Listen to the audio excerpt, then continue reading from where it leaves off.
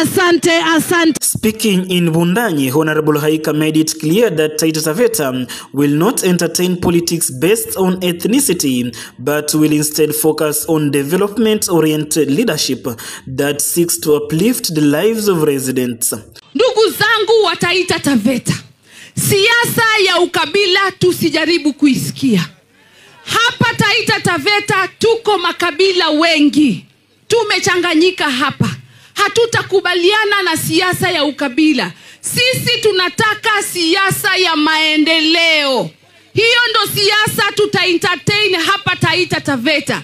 Kama viongozi wakija hapa kwa ajili ya empowerment, ili kina mama wetu wakuwe empowered, ili vijana wakuwe empowered, ili watu ambao wanaishi na ulemavu wakuwe empowered, ili community yote. Because when you empower a woman, you have empowered the whole community. Hayo ndo mambo tunataka kuyazungumzia. Hatutaki kuzungumza eti wewe ni nani na umetoka wapi na unafanya nini hapa. Tunaelewana ndugu zangu wa Taita Taveta? Dekochia Imweri.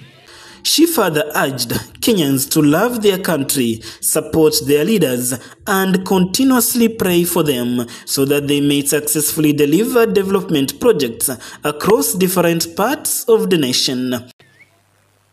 Tuipende nchi yetu. Tuheshimu wa viongozi wetu na tuwaombe. Viongozi wetu wakifaulu ni sisi tumefaulu. Gabriel Mokoma, Taita Taveta.